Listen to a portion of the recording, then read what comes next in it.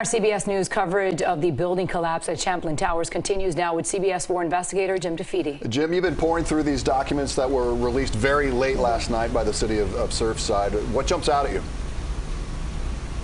A number of things. So let's put these documents in context.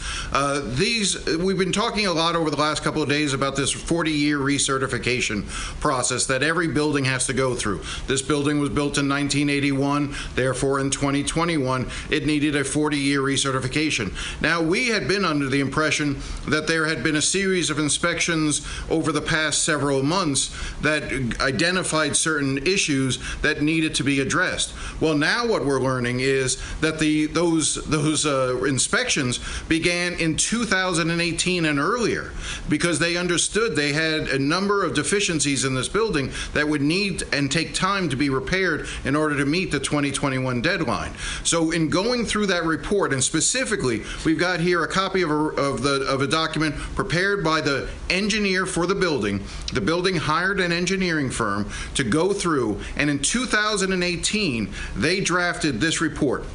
And it identifies a lot of things, small things, minor things that you would expect to find in buildings. You know, cracks, minor cracks in balconies, you know, issues with regard to you know, the paint on the buildings, and cracks in some of the areas that aren't very serious, pavers, sidewalks that might need to be replaced.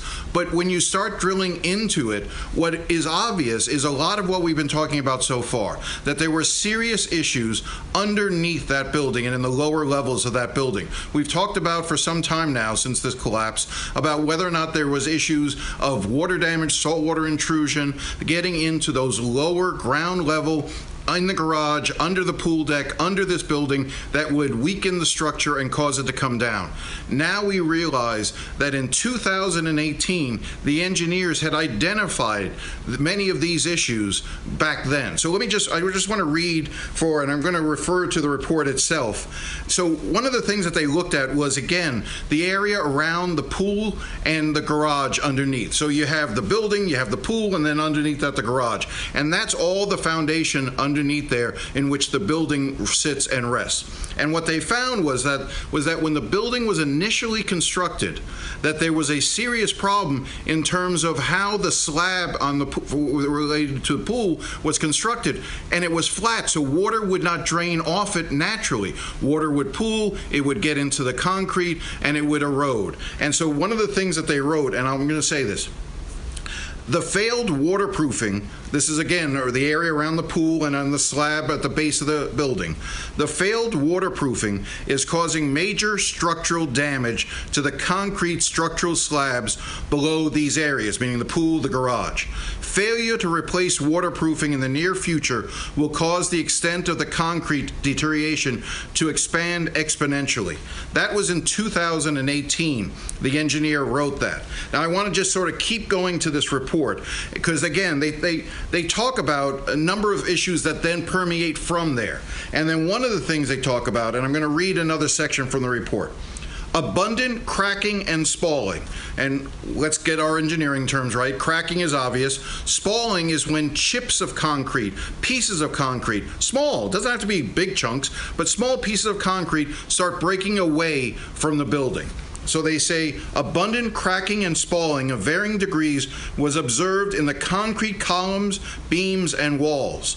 Several sizable spalls, meaning several sizable chunks, were noted in both the topside entrance, drive ramp, and underside of the pool entrance, which included instances of exposed, deteriorating rebar. Why is that significant? So when you build a structure, you have concrete pylons, you have concrete slabs, and within that concrete, you have rebar, you have steel reinforcement. That's what holds the concrete, that's what makes the concrete strong. If you have cracks in the concrete, if you have chips and openings in the concrete, and water, particularly salt water, as we have along the beach, gets into that rebar will deteriorate.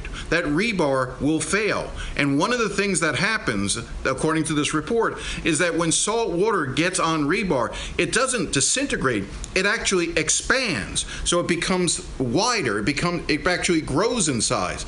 And when it expands, that rebar, it continues to put pressure on the concrete, which leads to more cracking, which leads to more chunks of the concrete falling off. So you end up in this cycle where as the rebar expands, more concrete is opened up, more rebar is exposed, that rebar expands, and it goes on. Again, this is from 2018.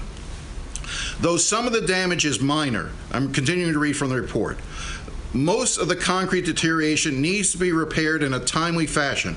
All cracking and spalling located in the parking garage shall be repaired in accordance with recommended procedures. That's just sort of, they were preparing documents to send out to contractors. But I want to point out one other thing, and this was something I found really significant, because the engineer, as he was going through the building, going through these parking areas, going through these structures, had noticed that there were cracks and there were openings in the concrete previously, and that the building had tried to repair them.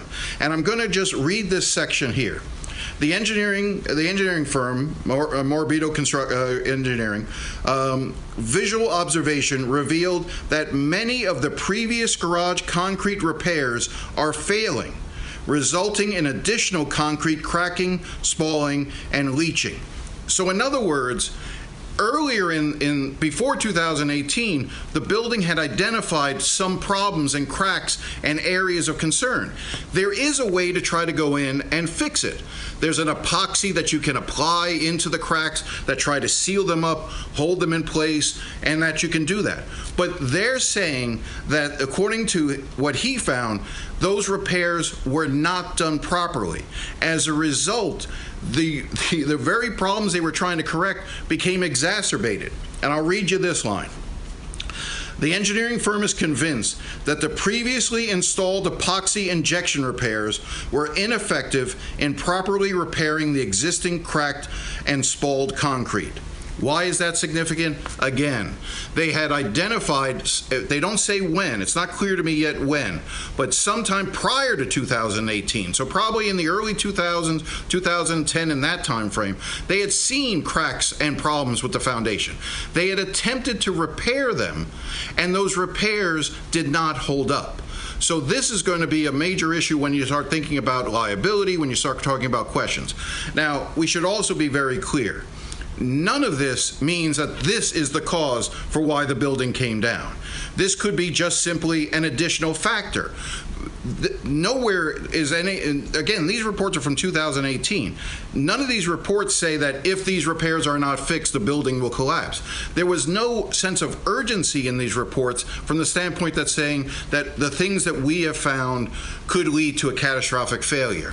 But the fact that 3 years ago, they identified so many issues around the base and the underside of that building, and that they had noted that repairs that had previously tried to be done had failed, and that the cracks and the chunks of concrete coming off were getting worse, and more rebar and steel was being exposed, I think that's something that you're going to see investigators hone in on in a major way. And one last point I will make is that there are already a national team of engineers that are going to come in and assist the Miami-Dade Police Department in their investigation, because once they start going through that pile, they can actually find some of these slabs that are talked about in this report and be able to study them up close and see what was done previously and how bad the situation was over the last few years. Right. Jim, I spoke with a structural engineer, and he said that's exactly what they'll do. They'll come in and take samples from the concrete, from metal, from the rebar. So we should have more answers once that is done.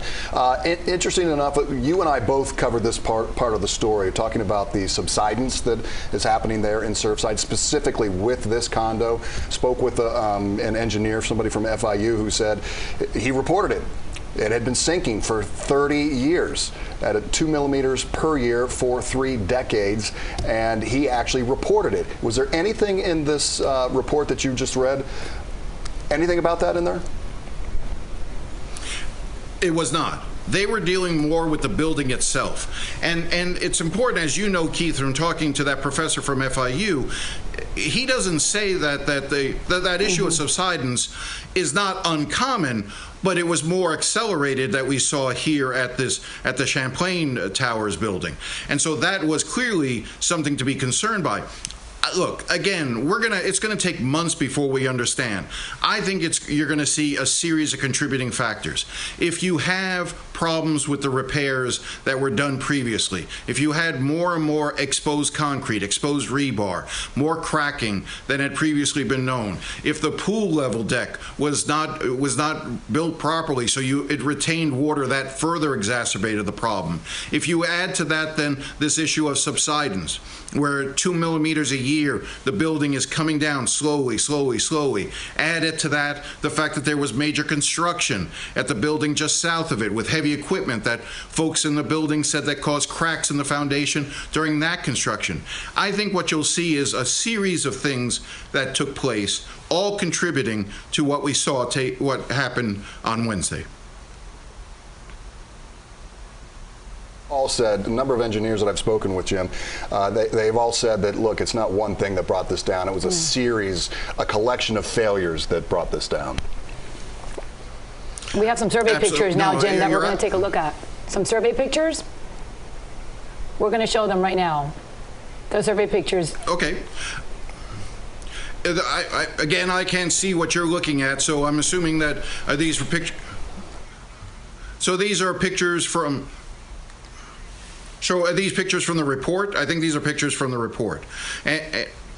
So this shows you, these were some of the pictures that were documented back in 2018, showing some of the very issues that I was just relating. That some of these cracks, particularly, you know, at the base level of this building, at the base level of this structure, where you start seeing, you know, the concrete tearing apart in certain places, opening up. Again, what ends up happening is you get salt water, you get any type of water into those cracks, it affects the rebar expands, it further pushes the concrete apart, more cracks, more spalling, more chunks of concrete coming off, which opens up more rebar, which becomes then exposed to water, and the process continues.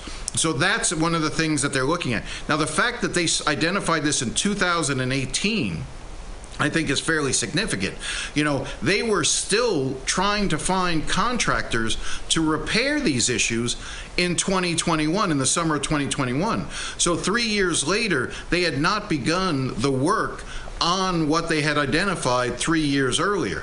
Now, I don't know if that's common, but that seems certainly to be questionable. One of the things that it also says in this report, by the way, and we don't know the extent to which this may have played a factor, is that these repairs were going to be not only very expensive, because you're talking about removing entire slabs and replacing them and repairing them, but also very inconvenient for the people living there. That, in other words, the pool would be out of service. There are entranceways, where they could park, all of those sorts of things, they said would not only be very expensive, it would be very intrusive on the folks who live there. I don't know. That's going to be an interesting question. I've reached out to the attorney for the Condo Association, whether that played a factor in whether or not they were willing to move forward with these repairs.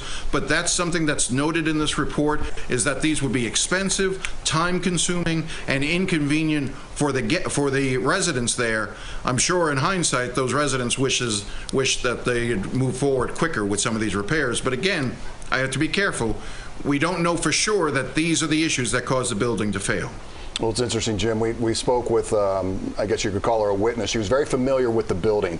And by the way, we were showing the pictures. I know you can't see them, but the pictures that we were showing, it basically defined what you were talking about, spalling. You could see chunks that had come out of the wall, which would allow water in. And this witness that we spoke with said, it wouldn't rain for days, but the building still felt wet, and there was always water around. So perhaps that lends itself to evidence with what you were describing in this report.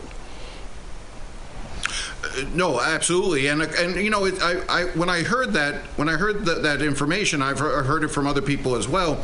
I started thinking about, you know, remember how we used to have flooding on Miami Beach when the sun was out. you know, and that water tends to rise up either through the drainage system or just from underneath, you know, the rise of the water levels. And, you know, that's one of the questions that I have for some engineers as well, environmental folks, is whether or not some of that water that you were seeing on the floor in the garage, for instance, on a sunny day, was not necessarily coming from the pool, because the pool level wasn't decreasing. Was it coming from underneath through some of these cracks, through water? I mean, you know, if you go to the beach, you dig a 6-foot hole, that hole's going to fill up with water. You know, so it was water coming up, you know, underneath this building, permeating those cracks, and was that what they were finding on the floor of the garage? Right. All right. Jim, thanks very much for the research. Oh, you're always a wealth of information. Great information there. Thank you.